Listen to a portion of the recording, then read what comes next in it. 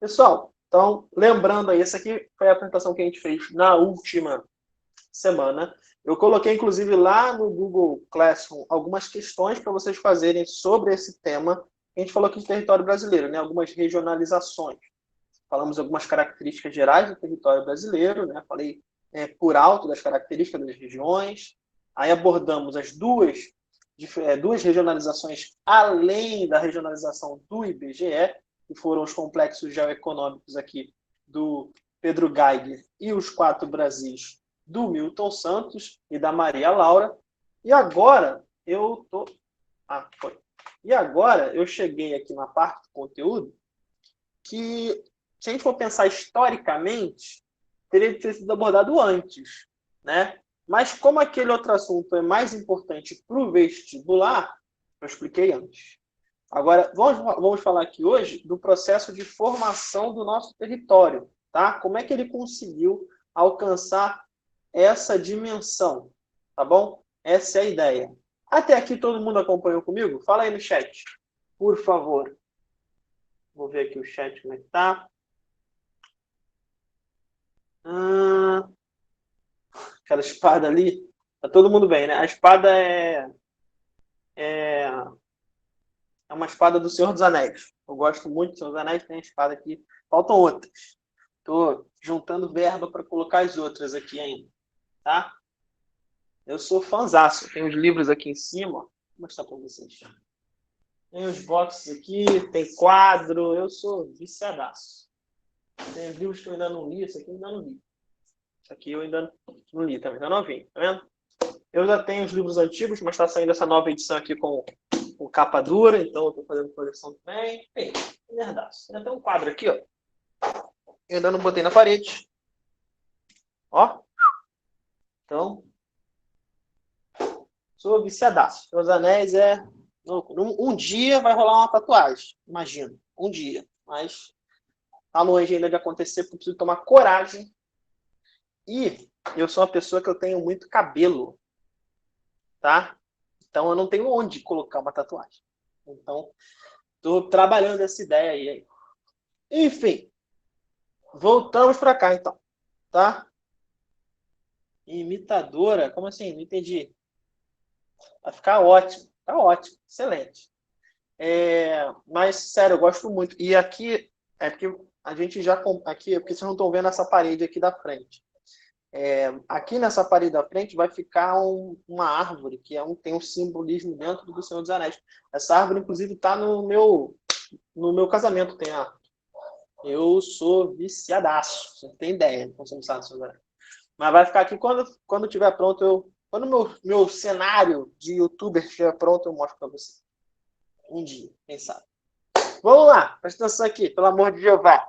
Jesus, Alá, Buda, presta atenção aqui. Formação do território brasileiro. Como o nosso território conseguiu alcançar essa dimensão que ele tem hoje? A gente sabe que os limites territoriais são limites estabelecidos pelos seres humanos, né? A política é que determina aí onde começa um território, aonde termina. Então, são acordos políticos. Então, o nosso território brasileiro na natureza, ele não existe, né? Nenhum território, nenhum país por natureza existe. Quando você vê essa imagem, você lembra do Tratado de Tordesilhas? É exatamente isso. Esse aí é o Tratado de Tordesilhas. Vamos começar trabalhando na história do Brasil. Os portugueses chegam, então, aqui no Brasil, né? Chegam através aqui, ó, da área costeira. Ocupam a região costeira, sobretudo aqui no Nordeste, né? As principais atividades econômicas vão acontecer aqui, então, na região Nordeste. Qual é a primeira atividade? Extrativismo.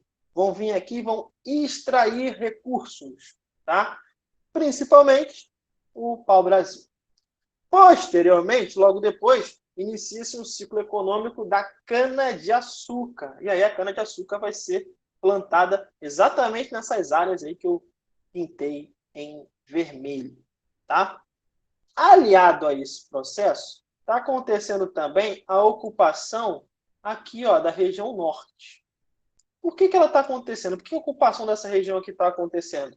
Porque através do rio Amazonas, esses colonizadores estão adentrando no nosso território para extrair recursos. Contudo, durante a divisão do mundo entre Portugal e Espanha, ficou estabelecido o Tratado de Tordesilhas. O que esse tratado dizia? Olha só, as terras a leste do meridiano de Tordesilhas, elas vão ser terras pertencentes a Portugal. E as terras a oeste vão ser terras pertencentes à Espanha. Então, ficou estabelecido esse limite aqui como sendo o limite do território brasileiro, no caso, pertencente a Portugal. Vale lembrar que durante esse período não é só Portugal que está colonizando a América, não. Né? Os espanhóis, vou até botar outra cor aqui para os espanhóis, vamos botar os espanhóis de roxo. Os espanhóis, eles estão ocupando aqui, ó, todo o restante do território da América do Sul, estão colonizando toda essa área. Tem um nome específico para essa divisão. Deixa eu ver, não consegui ler tudo.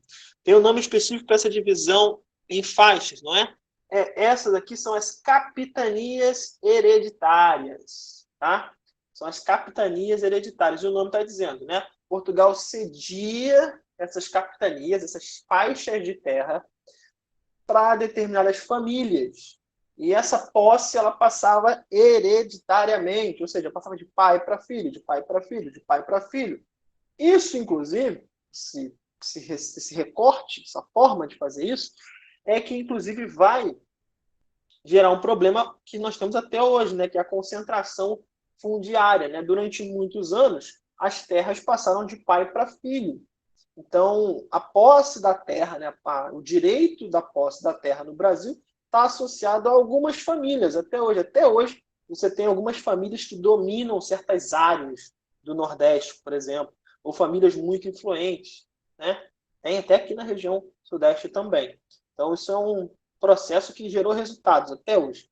Tá? Então, as capitanias hereditárias foram aí que foi a primeira divisão brasileira, né? A primeira divisão do território brasileiro foram as capitanias hereditárias. Então, estabelecemos aí as capitanias e cada um era responsável pela administração da sua capitania. Né? Cada família era responsável por essa administração. Então, o primeiro recorte brasileiro é esse. Né? O Brasil ele era estipulado e limitado pela faixa costeira e pelo Tratado de Tordesilhas. Contudo, esse tratado, na prática, ele não era respeitado. Primeiro porque a medição, né, a aferição por uma pessoa comum, da onde essa linha exatamente ela estava estipulada, era inviável. Né? As pessoas não sabiam onde terminava o território português e onde começava o território espanhol. Então, esse limite, por mais que ele existisse politicamente, ele não era aplicado. Né? Então, muitos portugueses, né, adentraram no território brasileiro, vários processos de ocupação do território brasileiro se deram desrespeitando essa linha. Por mais que essa linha estabelecesse um limite do que é português do que é espanhol, ela de fato não era aplicada à risca. Porém, contudo, entretanto, todavia, a União Ibérica vai acontecer. O que é a União Ibérica, Daniel? A União Ibérica é o seguinte: o trono de Portugal e o trono de Espanha vão ser pertencentes à mesma família. Nessa época, as famílias, né, elas casavam filhos entre si, as famílias reais dos países, né, casavam famílias entre si, e vai haver um problema na sucessão do trono português. Esse trono vai passar, então, o parente mais próximo será o rei espanhol. Então, na praxe, o rei espanhol também vai ser dono da coroa portuguesa. Ou seja, quando isso acontece, Espanha e Portugal praticamente se tornam a mesma coisa. Né? Se o mesmo mandante de Espanha é o mesmo mandante de Portugal, as terras que pertencem ao rei da Espanha também pertencem ao rei de Portugal. Então, esse tratado aqui, que dividia justamente o mundo entre Espanha e Portugal, vai perder completamente a noção, né? Vai perder completamente o significado. Porque a partir de agora, as terras, tanto portuguesas quanto espanhóis, pertencem ao mesmo rei. Tá? Isso é União Ibérica. Tá? União Ibérica é a junção entre Portugal e Espanha. Isso vai acontecer durante um período. Tá? Não vai acontecer sempre, não. Eles vão, inclusive, se separar de novo. Bom, então, fica atenta nessa situação aí. Então, estou falando isso porque o Tratado de Tordesilhas é esse primeiro recorte brasileiro, mas ele, na praxe, ele não funciona. Ele não é aplicável. Tá? Deixa eu apagar aqui. Não consigo apagar tudo? Apagar toda a tinta. Ah, moleque, aí, consegui. Tá? Então, temos aí, então, a ocupação desse território. E, lembrando, essa divisão era feita com base num marco geográfico, né? Um meridiano. O meridiano de Tordesilhas, à direita, né, a leste, terras pertencentes a Portugal, à esquerda, terras pertencentes à Espanha. Essa regra do que pertence a um país, do que pertence a outro, vai mudar aqui. O Tratado de Tordesilhas ele é de 1494. Porém, como eu falei para vocês, ele não foi respeitado. E lá em 1750, chegamos a um novo acordo. Que acordo era esse? O Tratado de Madrid. O que ficou estabelecido no Tratado de Madrid? A regra para decidir se essa terra pertence a um país ou a outro muda. Qual é a regra que passa a ser estabelecida? Ocupação. Eu preciso ocupar um local para ser dono dele. Então, eu preciso ter ocupação portuguesa. Se aquele local tiver ocupação portuguesa, se tiver portugueses ali, aquela terra é portuguesa. Se tiver espanhóis, aquela terra é espanhola. Isso vai beneficiar muito o nosso território. Por quê? Porque aquele processo, né, de entrada no nosso território, de ocupação de algumas áreas para extração de recursos, né, e o desrespeito total ao meridiano, né, de Tordesilhas, vai fazer com que mais terras, então, tenham sido ocupadas por portugueses. Então, lá em 1750, o recorte brasileiro agora é esse aqui, o do Tratado de Madrid. Então, o limite brasileiro agora é esse aqui, ó. Essa é o nosso limite. É um limite próximo, bem próximo do que nós temos hoje. Tá? Ele não é exatamente o que nós temos hoje, mas ele é um tanto quanto semelhante. Né? Então, até 1750, o território brasileiro era esse. Tá? Isso ficou estabelecido através de um acordo. Nós demos, por exemplo, Sacramento para a Espanha, ao passo que Sete Povos das Missões virou território brasileiro. Então, houveram alguns acordos aí para delimitar esse Tratado de Madrid lá em 1750. Contudo, como eu falei, né? Esse limite aí é próximo do que a gente tem hoje, mas ele não é exatamente o que nós temos hoje. Então aconteceram outras mudanças. Na verdade, aconteceu mais um tratado. Tá? Então nós temos o Tratado de Tordesilhas, que é o mais famoso, certamente vocês já tinham ouvido falar dele. O Tratado de Madrid vocês provavelmente nunca ouviram. E muito menos o Tratado de Petrópolis. O Tratado de Petrópolis é de 1903. E ele estabelece aí, finalmente, a delimitação territorial que o Brasil apresenta. Né? Essa delimitação aqui ela é de 1903.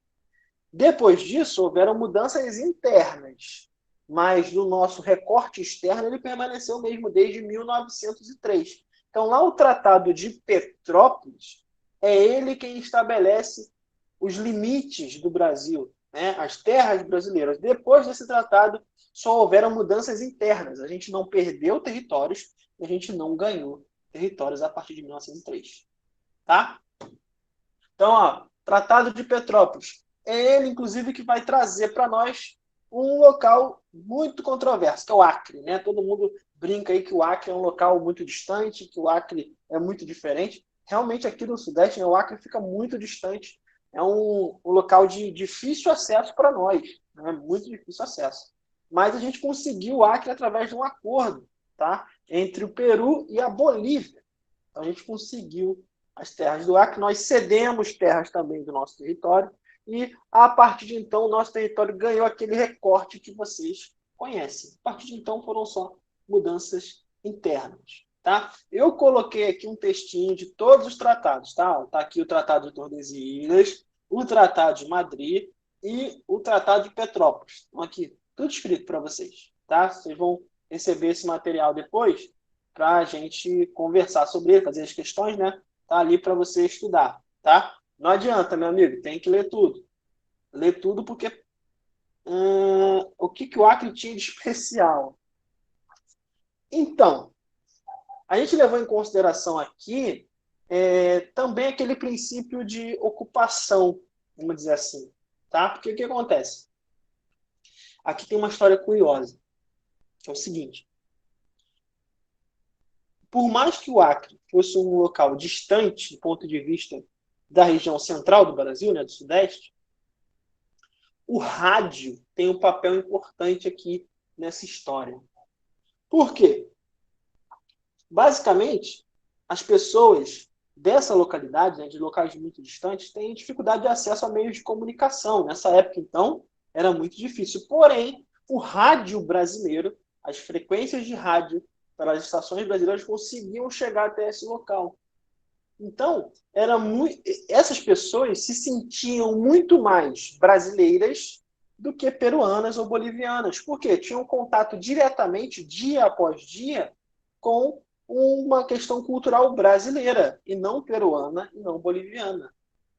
Então, foi basicamente uma apropriação cultural, se é que acho que essa palavra hoje tem um total significado diferente, né? Mas a gente conseguiu esse território por uma influência cultural que nós tivemos nele, sobretudo através do rádio.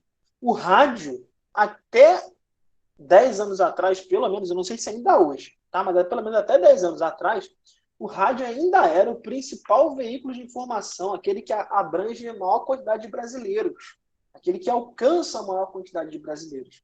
Então, está aí a importância do rádio, né? Nesse processo, inclusive. Tá? Então, vale a pena depois se darem uma atenção a esse tópico. Né? Como é que as formas de entretenimento, né? Como é que as formas de promoção cultural elas acabam, né, influenciando nessas questões. Por exemplo, nós somos muito influenciados pelos norte-americanos. Né? A gente quer usar jeans, a gente vê filmes norte-americanos. Essa influência cultural, os meios de comunicação sempre importante. E aí a gente pode analisar a importância deles de diferentes modos, né? Mas essa influência cultural gera para os Estados Unidos uma série de questões, gera de recursos, né? Os produtos são consumidos em outros países, existe uma certa influência no modo de pensar, né? O nosso modo de pensar é muito mais parelho, né? Muito mais inclinado para os norte-americanos do que para outros países, porque nós vivenciamos essa cultura com mais frequência. Muitos não problematizam isso. Né? Vocês estão no terceiro ano, vocês estão tendo acesso a umas informações que podem fazer com que vocês parem para raciocinar certas informações. Né?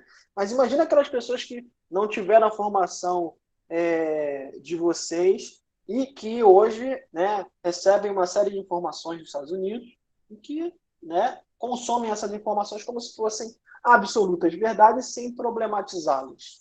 Né? Isso é perigoso. É muito perigoso. Por exemplo, o Brasil comprou cloroquina à vontade dos Estados Unidos. Os Estados Unidos vendeu cloroquina a balde para o Brasil. Nós compramos cloroquina americana.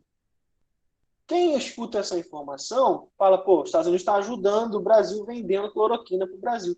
Só que se você olhar o contexto internacional, ninguém está usando cloroquina para combater, né, o problema da Covid-19. Então, os Estados Unidos está liberando o estoque de cloroquina dele, que ele não vai usar. Então, está se livrando de algo que ele não vai usar. E mesmo assim, para alguns brasileiros, fica a imagem de que, pô, eles estão nos ajudando. Entende como isso é controverso? Isso é uma influência cultural. Isso é uma influência de que já naturaliza de que certos povos são evoluídos ou superiores a outros, o que é bastante perigoso, né? Bastante controverso. Tá? Então, preciso que vocês tenham em mente aí esses 3 tratados. Trabalhar o processo de crescimento brasileiro por etapas. Primeiro, o que estabelece o Meridiano de Tordesilhas? Então, o que é posse de Espanha, o que é posse de Portugal, é determinado pelo Tratado de Tordesilhas. No Tratado de Madrid, a coisa muda. Por que que muda? Porque aí o conceito muda.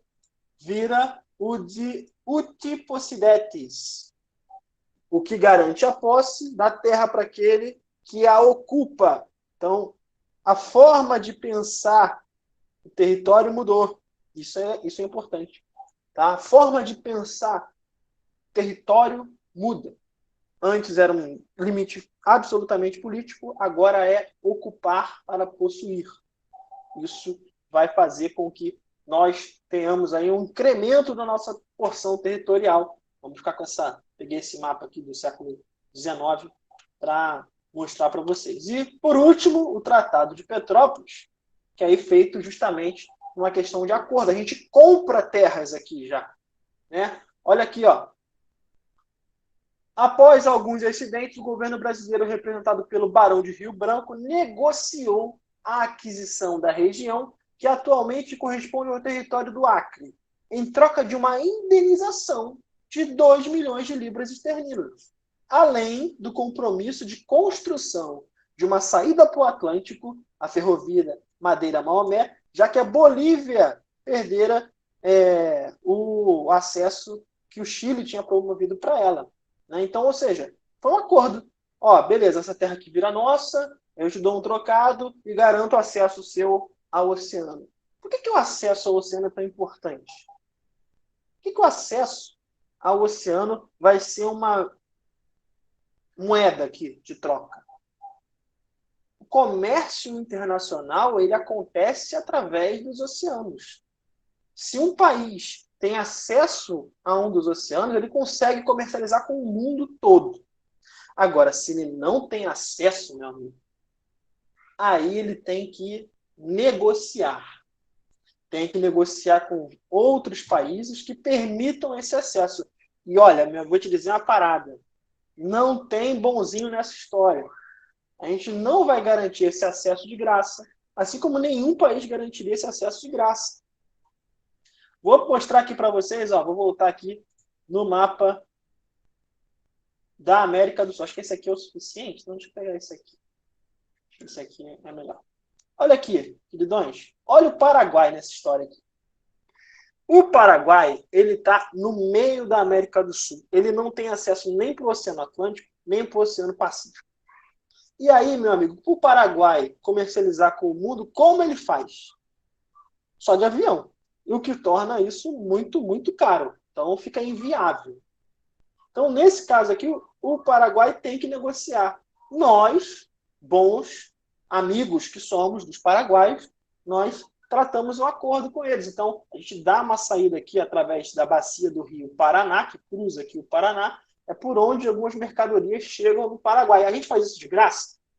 Óbvio que não. Então, é um jogo complicado, é um jogo, né, difícil, né, imbricado, em que nós também somos, né, a gente tem muita costume de olhar os outros como vilões e a gente como os bonzinhos da história. Não tem vilão e bonzinho nessa história, tem aqueles que defendem os seus interesses. Nesse caso, a gente defendeu o interesse econômico aí. Ó, Paraguai, beleza, toma aqui o acesso, mas ó, paga um pedacinho aí e tal, né? E qualquer questão que aconteça com relação ao Paraguai, já pensou se a gente entra em guerra com o Paraguai? A gente simplesmente fala o seguinte, olha só, pum, tá fechado aqui, não passa mais comércio internacional para o Paraguai através da bacia do Rio Paraná. Olha como a gente consegue prejudicar um país porque nós temos acesso a esse recurso natural. Então, geopolítica é um negócio muito interessante, eu adoro, e que é um vespeiro, né? Não tem gente boa nessa história, tá? Então, por último aqui, no Tratado de Madrid, não vou pedir para vocês marcarem porque vocês vão receber isso aqui ainda, tá? Mas tenham ideia de que aqui a forma de acordo foi diferente, né? Foi um acordo econômico, um acordo comercial. E aí, a partir de 1903, a gente começa, então, com alterações dentro do nosso território. E aí, sobre essas alterações, nós vamos falar na aula seguinte. Beleza?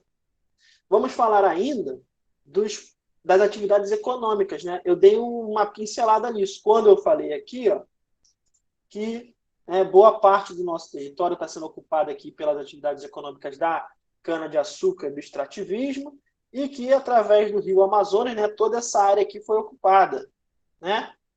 Mas a gente vai trabalhar ainda as outras atividades e como elas configuraram o território brasileiro. A pecuária vai ser muito importante, né? A criação, né, de animais, né? A pecuária e a criação de animais.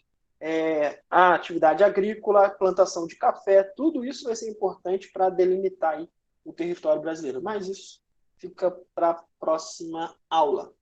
Ficou alguma dúvida aqui que eu possa ajudar, extrair aí, comentar, bater um papo? O que vocês mandam? Deixa eu sair daqui para eu poder ver o que vocês estão falando, né? Professor, Então, eu tenho uma pergunta rápida. rápida, pode mandar, pode ser até um pouco É, mais demorado. o Acre é uma terra cedida de Bolívia aí? Não te ouvi. O Acre eram terras cedidas de Bolívia aí? É um acordo econômico, não foi, quando você bota cedido, parece que eles deram, né? Não foi bem assim. Mas é uma Ah, negociação entre a Bolívia e o Peru e o Brasil, né? Então são áreas desses três países, ok, obrigada. tá? Mais alguma pergunta, senhores? Não? Pô, tem gente pra caramba falando aqui, eu não tinha visto. O Babaú dos Estados Unidos é tão 2015. Eu acho que já devia ter sido 2000. Passou muito tempo. Ah, então, esse acesso, né, não é que fizeram, esse acesso mal bem já existe através dos recursos hídricos, né, das redes hídricas. Só foi permitido, né, que esse acesso fosse usado por, no caso, bolivianos. Tá? Mais alguma pergunta aí? Não? Nada? Nada, nada, nada? Então, eu vou fazer o seguinte, deixa eu parar a gravação, que aí o conteúdo para o pessoal ficar menor lá, que eu vou colocar, o vídeo fica menor.